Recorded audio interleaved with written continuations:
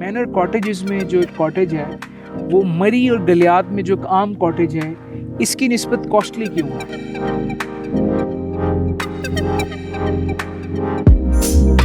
तो हमने भी इसी चीज़ को मद्देनज़र रखते हुए हमने जो नॉर्मल फुटिंग 2.5 से 3 फीट की बनानी थी, हमने व्यू देने के लिए उसकी हाइट जो रखी है वो तकरीबन 10 फीट हाइट पे रखी है।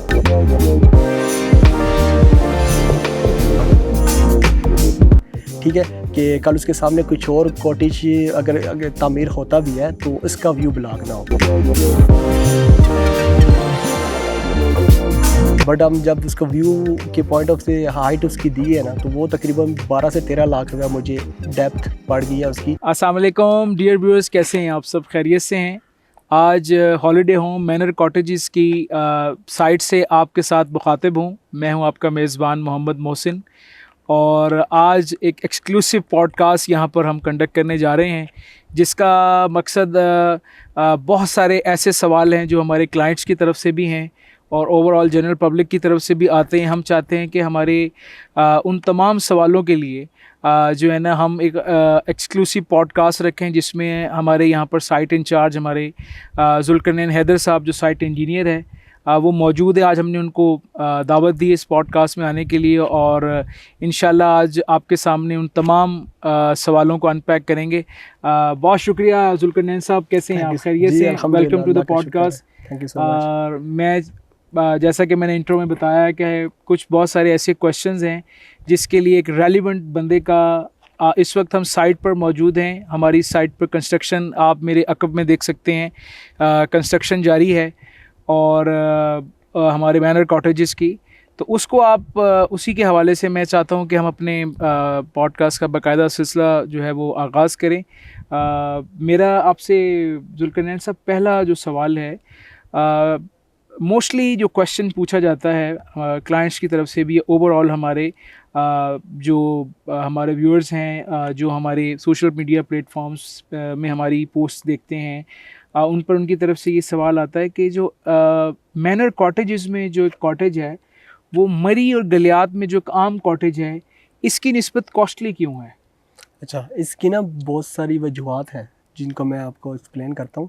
जैसे कि नॉर्मल कॉटेज जब हम कभी भी कुछ बनाते हैं ना, तो उसकी जो फाउंडेशन होती है वो नॉर्मल रोड लेवल से तकरीबन 2.5 से 3 फीट डेप्थ पे होती है।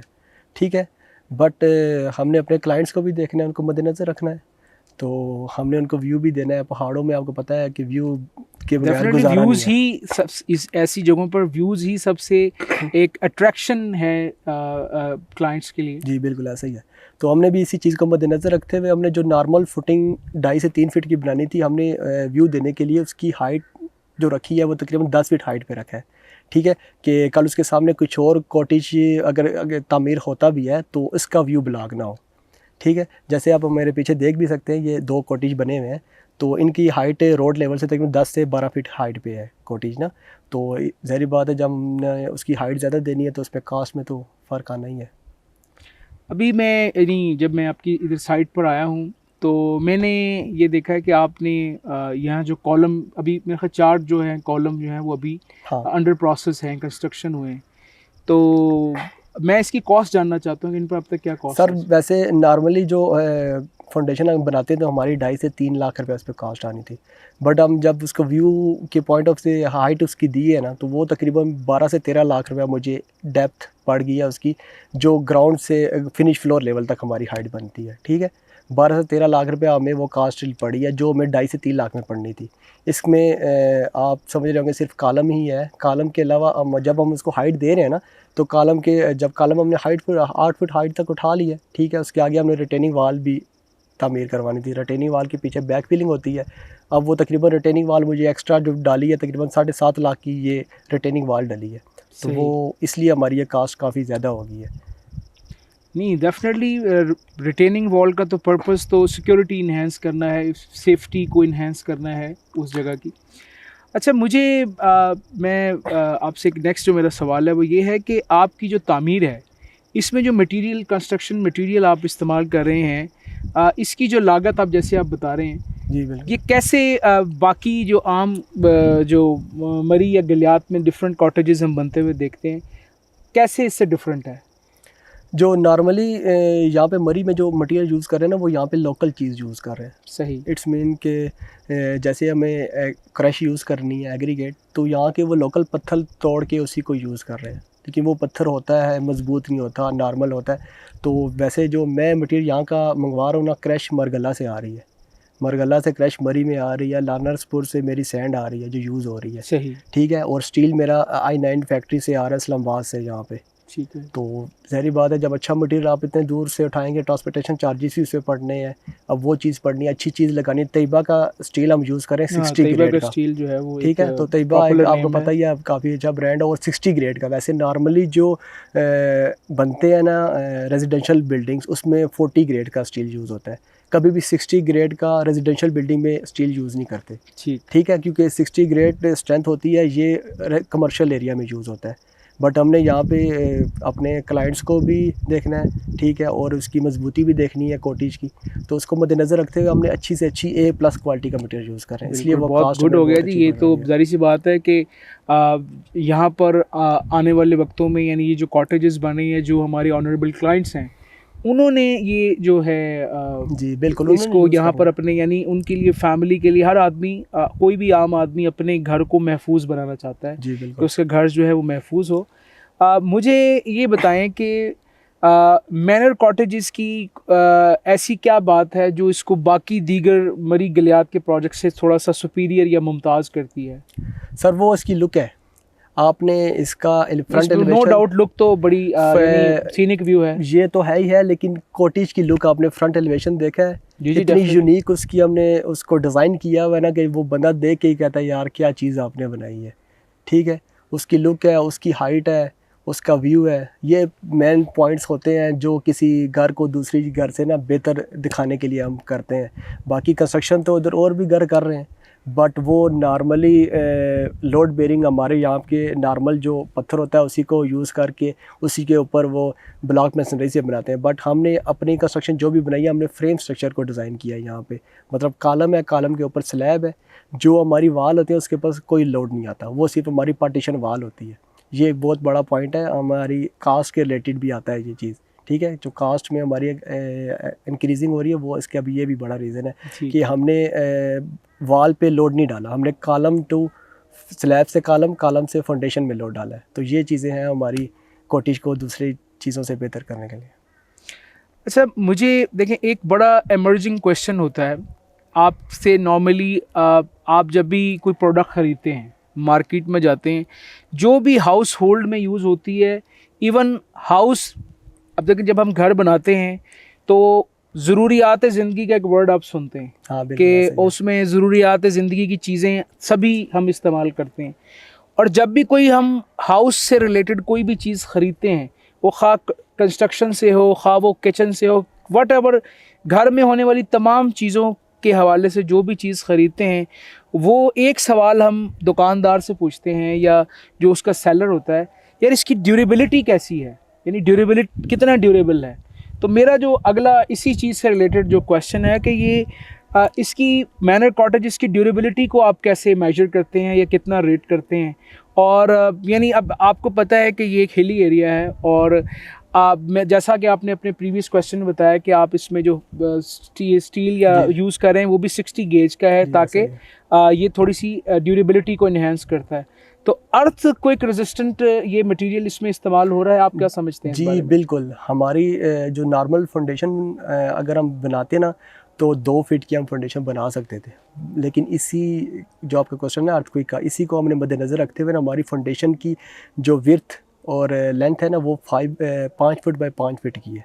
ठीक है, उसकी जो कंक्रीट की डेप्थ है वो 1.5 फुट बनती है। मतलब ये वो फुटिंग है जो हम कमर्शियल की 4 से 5 मंजिला जो कमर्शियल होता है उसकी जो फाउंडेशन यूज़ करते हैं ना, वहाँ पे ये फुटिंग यूज़ करते हैं, जो हम एक नॉर्मल कॉटेज में जब 3 मरला 4 मरला में हम यूज़ कर रहे हैं यहाँ पे।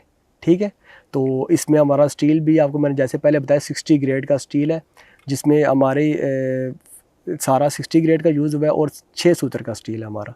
नॉर्मली 6 सूत्र का स्टील रेजिडेंशियल घर में कभी भी बहुत कम होता है, वो भी स्लैब में कोई अगर लटक बीम है उसमें यूज़ होता है। कॉलम में कभी भी 60 ग्रेड का स्टील डिज़ाइनर नहीं देता, बट हमने यहाँ पे इसी अर्थक्वेक को मद्देनज़र रखते हुए 60 ग्रेड के 8 स्टील यूज़ किए हैं यहाँ पे, कि कल अगर खुदा न खास्ता फ्यूचर में अगर कुछ ऐसा ज़लज़ले के रिलेटेड कुछ चीज़ होता भी है तो हमारा कॉटेज उससे डैमेज ना हो।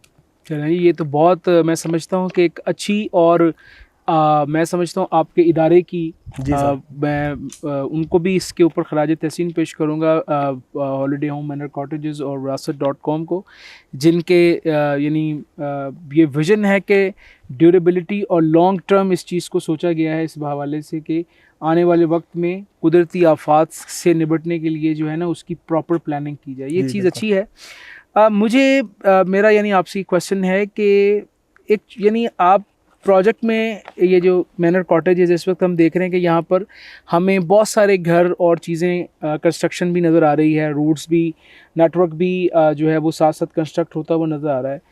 तो यहाँ पर लोगों का एक ये भी सवाल सामने आया है कि सिक्योरिटी यानी इस जी यहाँ सर। पर तमाम उनकी चीज़ें जब यानी ये कॉटेजेस एक लिवेबल सिचुएशन में आ जाएंगे क्योंकि कंस्ट्रक्शन का काम जारी है और इन्होंने जल्द कंप्लीट होना है और लोग यहाँ पर आएंगे, तो सिक्योरिटी के हवाले से क्या सूरत हाल है यहाँ पर इस सर एरिया में? इसके लिए ना हमने कुछ ऐप लॉन्च किए हैं सर्विस बेस्ड मॉडल के नाम से ना, जो अगर इन केस कल अगर कोई क्लाइंट्स हमसे कॉटेज परचेज़ कर भी लेता है, वो पाकिस्तान में हो या आउट ऑफ कंट्री कहीं भी हो, तो वहाँ पे बैठ के भी वो अपने कॉटेज को मोबाइल से नेट के ज़रिए इजीली देख सकता है कि हमारा कॉटेज की क्या सूरत हाल है, क्या है। हम उनको ये नहीं है कि हम आज उनको कॉटेज बना के उनके हैंड ओवर करके छोड़ देंगे, हम उसको उसके साथ ताल्लुक़ में रहेंगे इंशाल्लाह।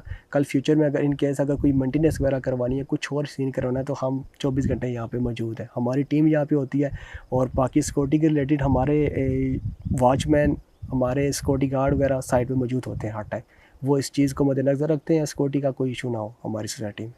अच्छा, मैंने आपका ये सवाल सर्विस बेस्ड मॉडल जो हाँ है, जी सर। मैं चाहता हूँ इस पे ज़रा इसको मज़ीद अनपैक करें कि इसमें सर ऐसे इसकी यानी इसकी जो करैक्टरिस्टिक्स हैं या इसके फीचर्स हैं जी सर। वो उसके हवाले से थोड़ी सी रोशनी आप सर डालें। सर्विस बेस्ड मॉडल का मतलब ये है ना कि आप मरी में आप बैठे ना, यहाँ पे आपको अगर आपने कुछ ग्रोसरी वगैरह लेनी है तो आसपास नहीं होता, थोड़ा सा दूर ही जाना पड़ता है, ठीक है। डेफिनेटली हाँ, हिली तो एरिया है। हिलीज एरिया है तो यहाँ पे ये चीज़ बनती है। दूसरा मेडिकल का कोई इशू हो तो फिर भी इशू बनता है, तो इसलिए हमने सर्विस बेस्ड मॉडल किया कि हमारे कुछ ऐप होंगे, आप उनको यूज़ करके अगर कोई भी आपको घरेलू कुछ चीज़ें मंगवानी है या कुछ भी करना है तो आप उसको यूज़ करके इजीली आपको घर तक एक्सेस मिल सकती है। मैं समझता हूँ कि ये एक डिजिटलाइजेशन का जो ये कॉन्सेप्ट आप यस बता रहे हैं जी। बड़ा एक ये एक एडवांस स्टेप है जी इस ये भी मरी आपको गलियात में। मरी में इतने कोठी वगैरह मिलेंगे, सोसाइटियाँ बहुत सारी बनी है, लेकिन किसी के पास ये वाला यूनिक कंसेप्ट नहीं है जो हम डेफिनेटली आपको पता है अप्लाई आजकल कर रहे हैं। तमाम पूरी दुनिया में जो ना दुनिया डिजिटलाइजेशन की हाँ तरफ जा बिल्कुल रही है ऐसा ही। और आप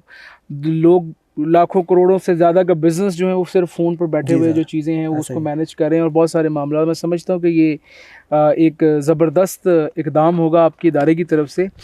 और प्रोजेक्ट में जो बेसिक यूटिलिटीज़ हैं, यानी एक प्रोजेक्ट में जो बेसिक यूटिलिटीज़ होती हैं, जैसे जाहिर सी बात है लोगों ने यहाँ आबाद होना है, जी सर। यहाँ पे घरों के अंदर जो चीज़ें हैं उस हवाले से यूटिलिटीज़ जो हैं बहुत यानी कॉमन एक कंसर्निंग क्वेश्चन है, इसके हवाले से थोड़ा सा हमें रोशनी डालें इस जी पे। सर, जो नॉर्मली मतलब इलेक्ट्रिसिटी और पानी का लोग बहुत ज़्यादा क्वेश्चन करते हैं ना, क्योंकि हिलीज़ एरिया है यहाँ पे थोड़ा सा लोगों को लगता है कि मुश्किल है, बट हमने इसके लिए भी बहुत सारे हल निकाले हुए हैं। इंशाल्लाह विद इन नेक्स्ट मंथ में हम यहाँ पे 1-2 ट्यूबवेल के ना बोर करवा रहे हैं इंशाल्लाह। वहाँ से हम अपना टैंक्स वगैरह बना के जितने भी हमारे Very कोठी good. वगैरह होंगे वहाँ से हम उनको पानी सप्लाई करेंगे। ना- दूसरा जो हमारा इलेक्ट्रिसिटी का है ना, वो हम वापटा से यहाँ पे हमारे पीछे हमने वैसे अभी टेम्परेरी कुछ रूम बनाए हुए हैं, वहाँ पे हमने वापटा से एक्सेस ली हुई है इलेक्ट्रिसिटी की। बाकी आगे फर्दर भी जैसे जैसे हमारा कोटेज बनता जाएगा हम वापटा से उसको एक्सेस देते रहेंगे साथ साथ। चलें जी, बहुत ये तो बड़ी ज़बरदस्त बात है और मैं अपने तमाम ऑडियंस को बताना चाहूँगा कि मैंने उन तमाम आपके सवालों की नुमाइंदगी की है जो मोस्टली क्वेश्चन हमसे पूछे जाते थे और हमने एक रेलेवेंट जिसे कहते हैं अथेंटिकेट पर्सन के साथ आज इंटरव्यू किया है और मुझे उम्मीद है कि इंजीनियर जुल्करनैन हैदर साहब के साथ जो आज हमारी सिटिंग है उससे बहुत सारी चीज़ों ने आपके जो क्वेश्चंस हैं उनको आंसर किया होगा। जुल्करनैन साहब, मैं आपका बेहद मशकूर हूँ, आपने आज की एक्सक्लूसिव पॉडकास्ट के लिए टाइम दिया, थैंक यू तो बहुत शुक्रिया, अपना ख्याल रखिएगा। ओके अल्लाह सर, हाफिज़। Thank you so thank you much. So very much.